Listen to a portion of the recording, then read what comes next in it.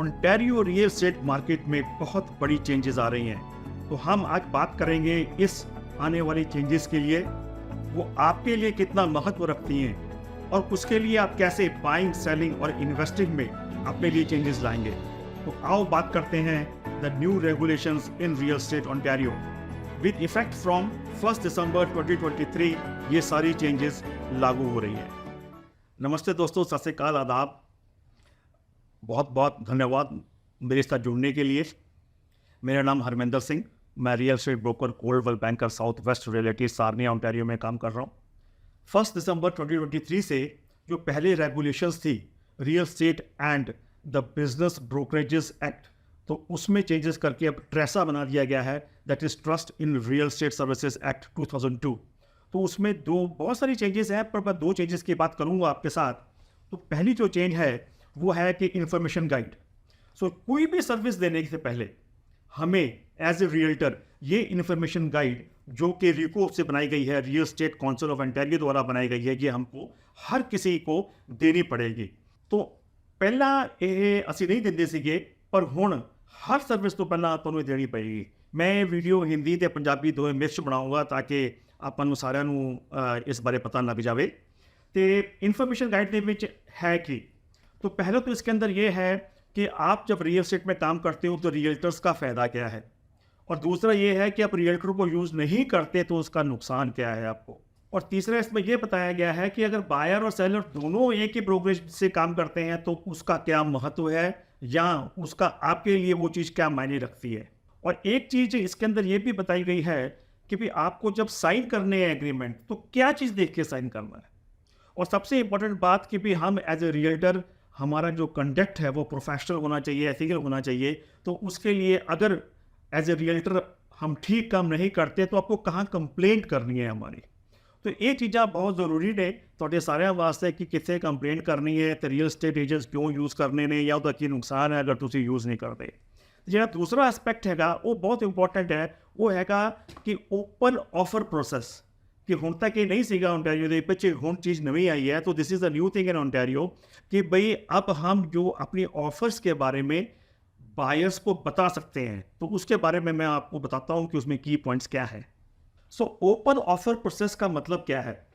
पहला है कि भाई हमारी जो कॉम्पीटिंग ऑफर्स हैं वो हम पहले भी बताया करते थे कि जो भी ज़्यादा ऑफर्स आ गया सी, सपोज किसी भी डील के 5 ऑफर आ गया या 6 ऑफर्स आ गया, तो पहला भी असी दसते सीगे कि और दसना ही लॉ है कि असी दसना ही दसना है कि हमको बताना ही है कि भी इस डील के अंदर 5 ऑफर आई है, 4 आई है, 2 आई है, 1 आई है।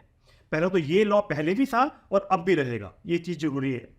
तो दूसरा मेजर चेंज है कि अब सेलर राइटिंग के अंदर अपने एजेंट को इंस्ट्रक्ट कर सकता है कि जो भी ऑफर्स आएंगी उसके प्राइस सभी को बता दो, उसकी क्लोजिंग डेट सभी को बता दो, या उसकी कंडीशंस कौन सी है वो बता दो। तो ये सेलर की मर्जी है कि वो बताना है कि नहीं बताना, वो लिस्टिंग एजेंट को डायरेक्ट कर सकता है। कि पहला ये नहीं सीगा, पहला असी केवल नंबर ऑफ ऑफर दसदे सीगे पर ऑफर के अंदर की लिखा ये नहीं दसदे सीगे।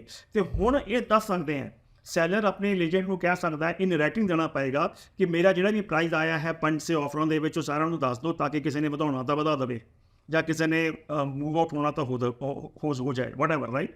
तो seller can tell all the contents of the offer, he can instruct the listing agents. एक तो एक गल जरूरी हैगी है। ये दूसरी एक होर गल आती है कि अगर बायर कहे कि भी मैंने अपना प्राइस किसी को नहीं बताना, तब बायर भी ऑफर में लिख सकता है कि अगर सेलर ने मेरा प्राइस बताया तो मेरी ऑफर नल एंड वाइड हो जाएगी, मैं ऑफर से बाहर हो जाऊंगा।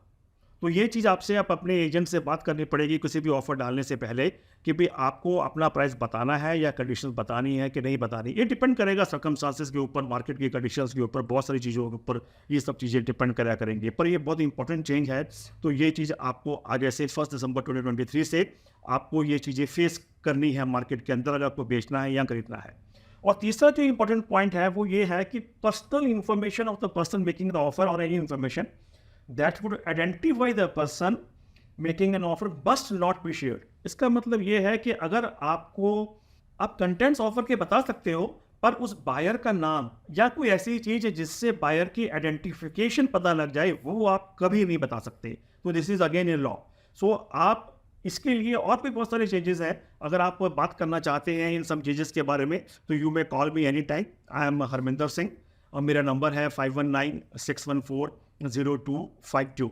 मैं आपको एक बार पंजाबी के अंदर भी ये सब चीज़ें दस दवा मैं कि ਹੁਣ ਆਪਾਂ ਬੀਇੰਗ ਅ ਸੈਲਰ ਸਾਨੂੰ ਦੱਸ ਸਕਦਾ ਹੈ ਕਿ ਵੀ ਉਹਦੇ ਕੋਲ 5 ਆਫਰ ਆਈਆਂ ਤੇ ਕਿੰਨੇ ਦੀ ਆਫਰ ਆਈ ਹੈ ਜਾਂ ਉਹਨਾਂ ਦੀ ਕਲੋਜ਼ਿੰਗ ਡੇਟ ਕੀ ਹੈ ਜਾਂ ਉਹਦੇ ਵਿੱਚ ਕਿਹੜੀ ਕੰਡੀਸ਼ਨਸ ਹੈ। ਇਹ ਸੈਲਰ ਦੀ ਮਰਜ਼ੀ ਹੈ ਔਰ ਆਪਣਾ ਉਹ ਮੂਡ ਚੇਂਜ ਕਰ ਦਿੰਦਾ। ਸਪੋਜ਼ ਕਹਿੰਦਾ ਕਿ ਯਾਰ ਮੈਂ ਪਹਿਲਾਂ ਤਾਂ ਕਹਿਤਾ ਸੀਗਾ ਪਰ ਮੈਂ ਹੁਣ ਨਹੀਂ ਦੱਸਣਾ, ਤੇ ਉਹ ਇਹ ਵੀ ਕਹਿ ਸਕਦਾ ਹੈ ਕਿ ਵੀ ਹੁਣ ਨਹੀਂ ਦੱਸਣਾ।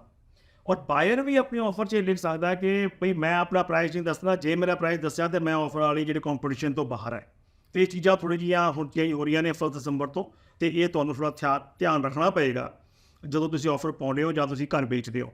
ਔਰ ਦੂਸਰੀ ਗੱਲ ਹੈ ਕਿ ਵੀ ਸੈਲਰ ਇਹ ਨਹੀਂ ਦੱਸ ਸਕਦਾ ਕਿ ਕਿਹਨੇ ਆਫਰ ਪਾਈ ਹੈ।